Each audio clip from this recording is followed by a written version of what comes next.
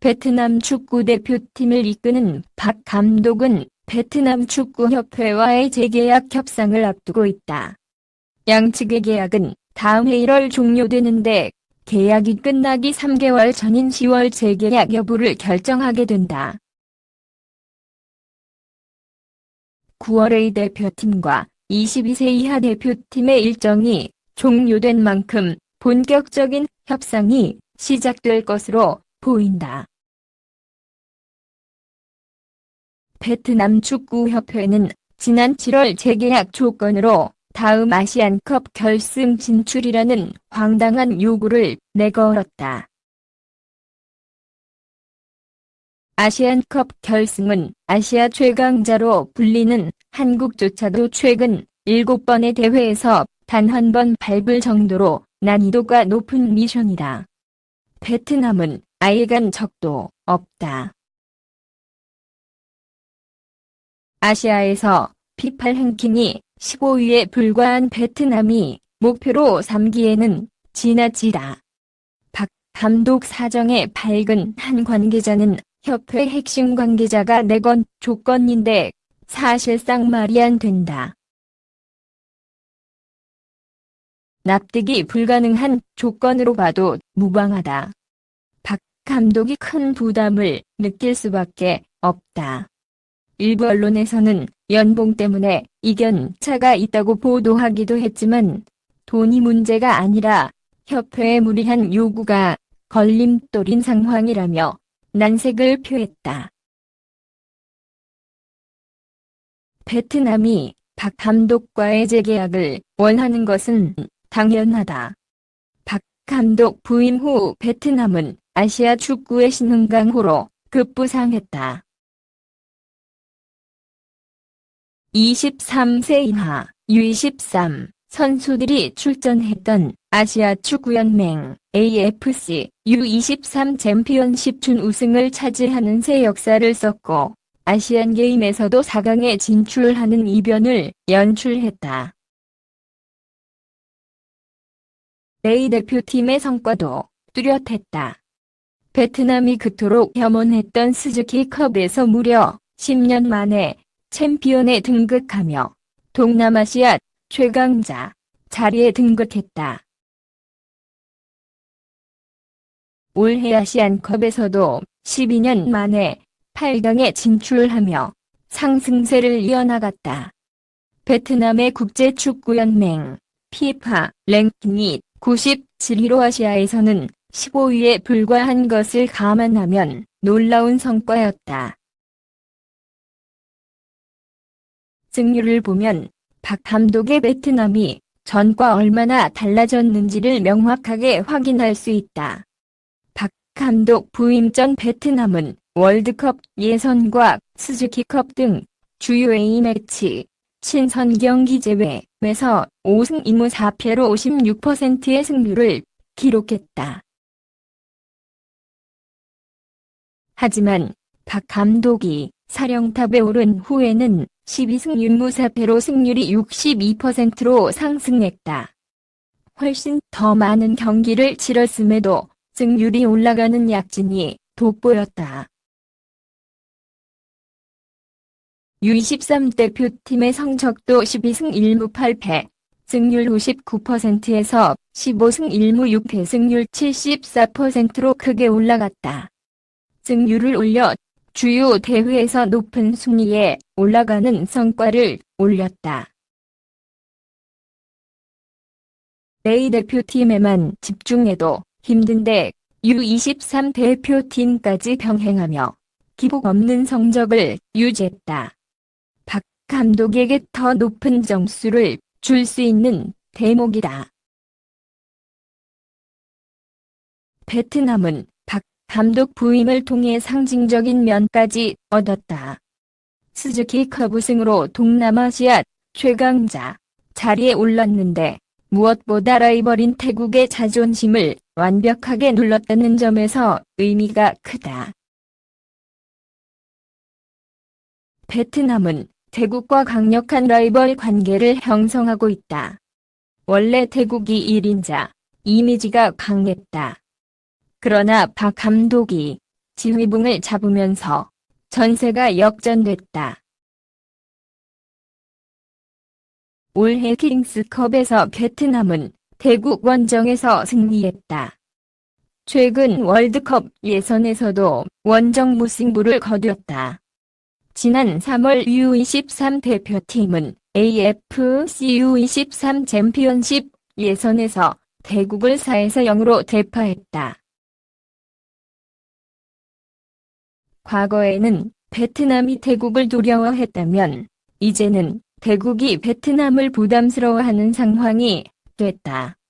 박 감독은 베트남의 자부심이라는 선물까지 선사한 셈이다. 이처럼 박 감독이 베트남에서 성취한 것만 봐도 베트남 축구협회가 재계약을 해야 할 근거는 충분하다. 미래 약속이 아닌 과거의 성과만으로도 베트남 축구협회가 계약 연장을 강하게 요구해야 하는 그림이다. 그런데 베트남 축구협회는 지난 7월 재계약 조건으로 다음 아시안컵 결승 진출이라는 황당한 요구를 내걸었다. 아시안컵 결승은 아시아 최강자로 불리는 한국조차도 최근 7번의 대회에서 단 한 번 밟을 정도로 난이도가 높은 미션이다. 베트남은 아예 간 적도 없다. 아시아에서 피파 랭킹이 15위에 불과한 베트남이 목표로 삼기에는 지나치다. 박 감독 사정에 밝은 한 관계자는 협회 핵심 관계자가 내건 조건인데 사실상 말이 안 된다.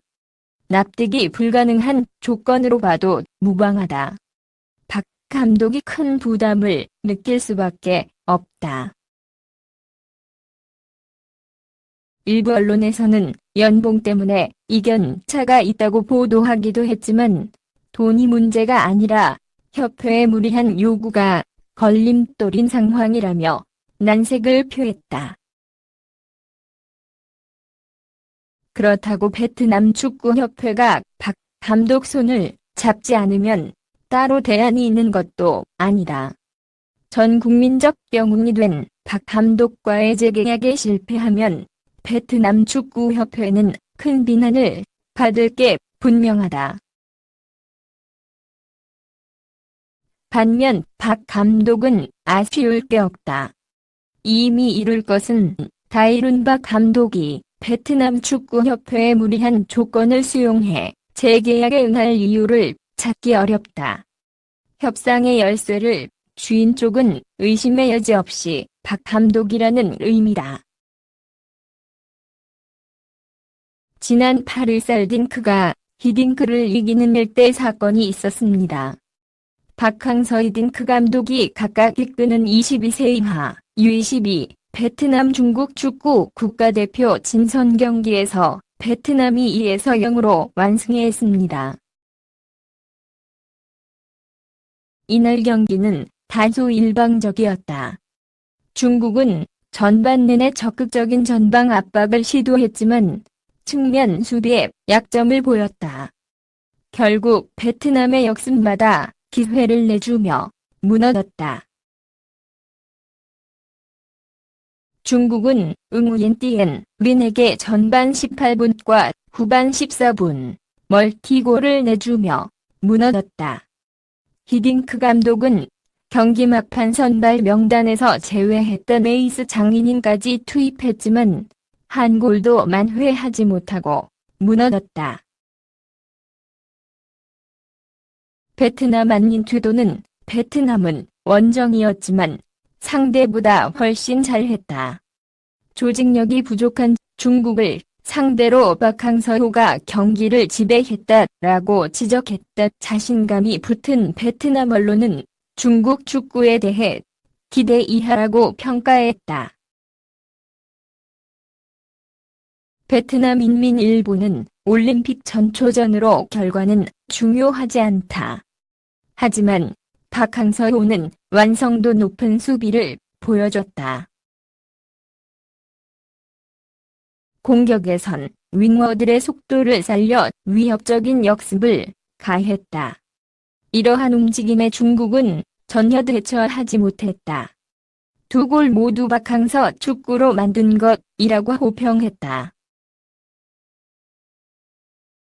이어 경기 막판 중국은 골을 위해 계속 공격했지만 평균 이하인 선수들의 실력으로 무리였다. 중국은 단조로운 경기력으로 박항서호를 전혀 위협하지 못했다라고 덧붙였다. 축구 전문지 봉단은 베트남 U22 대표팀에게 이번 승리는 인상적이다.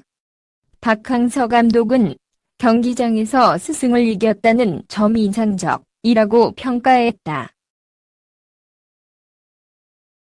또 히딩크 감독은 올해 초부터 중국 대표팀 사령탑을 맡았고 박항서 감독이 현재의 베트남 U22 대표팀을 이끈 것은 6개월밖에 안 됐다. 박항서 감독이 베트남 대표팀에 적용한 전술이 더 합리적이고 효과적이었다고 진단했다. 일간 베트남 뉴스도 2002년 한일 월드컵 때 박 감독이 한국 대표팀의 수석 코치로 히딩크 감독을 보좌한 바 있다고 적었다. 그러면서 박항서 감독은 올해 말 필리핀에서 열리는 동남아시아 SEA 게임에서 사상 첫 축구 금메달 획득이라는 임무를 부여받았다고 보도했다. 박항서 감독은 히딩크 감독과 경기 전 만남에서 눈물을 보이기도 했다. 그는 히딩크 감독을 다시 볼 수 있는 점에서 내게 매우 의미 있는 경기다. 그는 내 감독 커리어에 큰 영향을 준 지도자라며 히딩크 감독을 지켜 세웠다.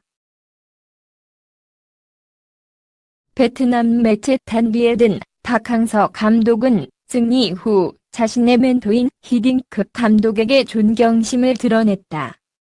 그는 종료 휘슬이 울린 후 히딩크 감독에게 다가가 고개를 숙였다라고 전했다.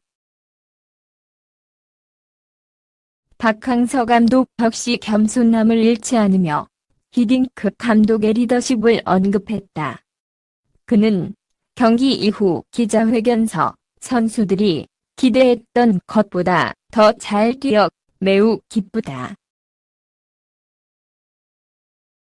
중국 대표팀은 거수 히딩크라는 훌륭한 감독이 있기 때문에 다가오는 아시아 축구연맹 AFC 23세 이하 U23 챔피언십에서는 훨씬 더 강해져 있을 것이라고 말했다. AFC U23 챔피언십은 내년 1월 태국에서 2020년 도쿄올림픽 지역 예선을 겸해 열린다. 나는 너에게 좋은 하루 보내길 바래. 동영상에 맘에 드시면 구독 부탁드립니다.